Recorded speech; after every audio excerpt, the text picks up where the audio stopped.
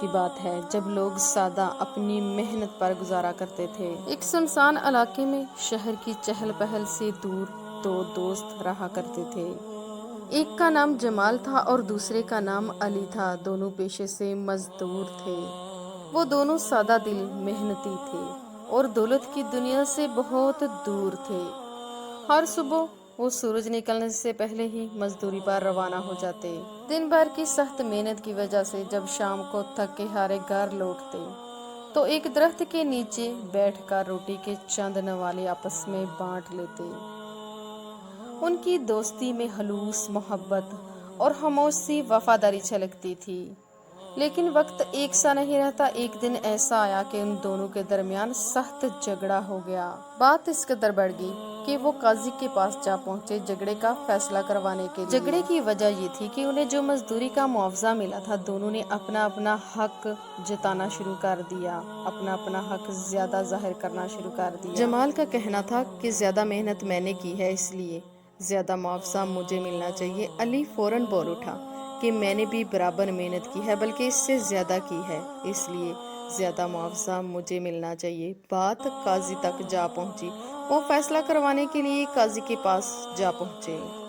قاضی دونوں کی باتیں سن کر حیران رہ گیا کہ دونوں ایک دوسرے پر الزام لگا رہے ہیں۔ دونوں بحث کر رہے تھے اور قسم کھانے کے لیے بھی تیار تھے۔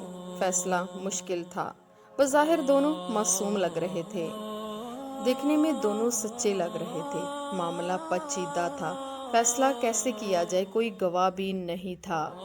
قاضی نے اپنے اختیارات استعمال کرتے ہوئے خزانے سے کچھ اضافی اشرفیاں منگوائیں۔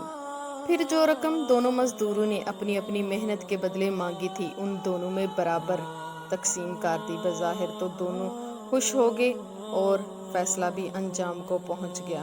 بظاہر تو انصاف ہو گیا، جو دونوں وہ چاہتے تھے ان کو وہی ملا۔ لیکن قاضی کا دل مطمئن نہیں تھا۔ قاضی کا مقصد صرف فیصلہ کرنا نہیں بلکہ معاملے کی تہہ تک جانا ہوتا ہے۔ جھوٹ اور سچ کو ثابت کرنا ہوتا ہے تاکہ دوبارہ جرم جنم نہ لے اور سچے کو سچا کہا جائے اور جھوٹے کو جھوٹا قرار دیا جائے۔ اور اگر مجرم کو سزا نہ ملے تو جرم کے دروازے کھل جاتے ہیں اور جرم بڑھ جاتا ہے اور بہت ہی پیچیدہ معاملات ہو جاتے ہیں۔ اور قاضی نے بظاہر تو اس معاملے کو ختم کر دیا، لیکن دل میں عہد کر لیا کہ جھوٹے کو جھوٹا اور سچے کو سچا ثابت کر کے چھوڑے گا، اور جو بھی سزاوار ہوگا اسے سزا ضرور ملے گی۔ یوں ہی وقت کا پہیہ چلتا رہا۔ 3 مہینوں میں بدلتے رہے۔ وقت اپنی رفتار سے آگے بڑھتا رہا۔ کچھ عرصہ کے بعد وہی تکرار پھر واپس لوٹ آئی۔ جمال غصے سے بھرا قاضی کے دروازے پر آ پہنچا۔ چہرے پر غم، دکھ اور غصہ نمایاں تھا۔ اس نے قاضی سے فریاد کی، قاضی صاحب، میں نے علی کو 10 اشرفیاں بطور قرض دی ہوئی ہیں۔ میں نے کئی بار اسے یاد کروایا کہ لوٹا دو، مگر وہ لوٹانے کا نام ہی نہیں لے رہا۔ قاضی نے فوراً علی کو بلوایا تاکہ اس کی بھی سنی جائے، مگر علی نے تو الٹا ہی جواب دیا۔ وہ بولا، قاضی صاحب، یہ الٹا مجھے جھوٹا بنا رہا ہے، بلکہ میں نے اسے 10 اشرفیاں ادھار دی ہیں۔ اب یہ میری اشرفیاں واپس کرنے کے بجائے الٹا چالاکی کے ساتھ 10 مزید اشرفیاں مانگ رہا ہے۔ انصاف کیجیے قاضی صاحب۔ جمال جھٹ سے بول اٹھا، یہ شخص کیسا جھوٹ بول رہا ہے؟ مجھ سے قرض لیا ہے، میرا قرض واپس کرنے کے بجائے الٹا مجھ ہی سے اور رقم کا مطالبہ کر رہا ہے۔ قاضی دونوں کو بغور دیکھتا رہا۔ معاملہ پہلے سے بھی زیادہ پیچیدہ نظر آ رہا تھا۔ دونوں ہی اپنی اپنی بات پر بضد تھے۔ دونوں ایک دوسرے کو جھوٹا اور اپنے آپ کو سچ ثابت کرنا چاہتے تھے۔ ایک دفعہ پھر جھوٹ اور سچ کی دھند چھا گئی تھی۔ اس دھند کو چیر کر جھوٹ اور سچ کو ثابت کرنا تھا۔ قاضی نے جب یہ نیا مقدمہ سنا تو پھر الجھن میں پڑ گیا۔ اب کی بار معاملہ صرف مزدوری یا سابقہ تنازع نہیں تھا، بلکہ قرض جیسی نازک چیز کا تھا، اور دونوں کا دعویٰ ایک دوسرے کی زد میں تھا۔ قاضی بار بار سوچ رہا تھا، سوچ میں پڑ گیا کہ آخر سچا کون ہے اور جھوٹا کون۔ آخرکار قاضی نے ایک تدبیر اختیار کی۔ اس نے ان دونوں فریقین کو ایک دن کی مہلت دی۔ شام ہوتے ہی قاضی نے بیس بدلا، اپنا منہ چھپایا اور گھر سے نکل پڑا۔ شام کا سناٹا ہر طرف چھایا ہوا تھا، گلیاں سنسان تھیں۔ وہ اشرفیوں کی ایک تھیلی لے کر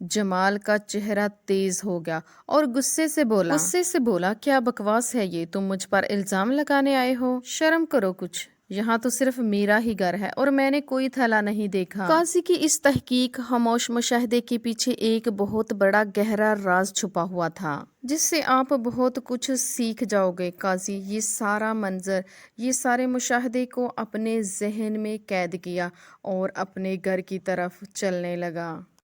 ساری رات سوچتا رہا اور جو کچھ اس نے دیکھا اسے ذہن میں محفوظ کر لیا۔ اب فیصلہ کرنے کا وقت تھا۔ صبح ہوتے ہی قاضی دربار میں جا بیٹھا۔ کچھ دیر میں دربار میں لوگوں کی آمد شروع ہو گئی اور جمال اور علی کو بھی دربار میں پیش کر دیا گیا۔ قاضی نے دونوں کی طرف بغور دیکھا اور کہا، مجھے سچ اور جھوٹ کا پتہ چل چکا ہے، میں تم لوگوں کو ایک اور موقع دیتا ہوں۔ میرے پاس آنکھوں دیکھا ثبوت موجود ہے جو کہ میں انکار کرنے والے کے سامنے پیش کروں گا۔ کوئی اپنی اگر غلطی مان لے، سچ سچ بتا دے تو اس کے ساتھ نرم رویہ اختیار کیا جائے گا اور سزا سے بچنے کا یہی ایک راستہ ہے۔ اتنے میں فوراً جمال سختی سے بول اٹھا، قاضی صاحب مجھے تو آپ کا پچھلا فیصلہ ٹھیک لگا تھا، مجھے انصاف چاہیے، علی نے ہی مجھ سے ادھار پیسے لیے تھے۔ قاضی نے علی کی طرف رخ کیا۔ علی نے ادب سے سر جھکایا اور کہا، قاضی صاحب آپ کو اختیار ہے کہ آپ فیصلہ سچ اور جھوٹ کا کریں، ہم دونوں نے اپنی بات کہہ دی، اب آپ ہی حق اور باطل کے درمیان فرق کریں۔ لہٰذا قاضی نے جمال کی طرف نرمی سے دیکھتے ہوئے کہا، بیٹا میں تمہیں ایک آخری موقع دے رہا ہوں، بیٹا صاف صاف بتا دو۔ مگر جمال اپنی ضد پر اڑا رہا اور اس نے کہا کہ علی نے ہی مجھ سے ادھار رقم لی ہے۔ قاضی خاموشی کے ساتھ سنتا رہا، لیکن جب کچھ بات نہ بنی تو اس نے رات کا سارا واقعہ ان کے سامنے سچ سچ بیان کر دیا۔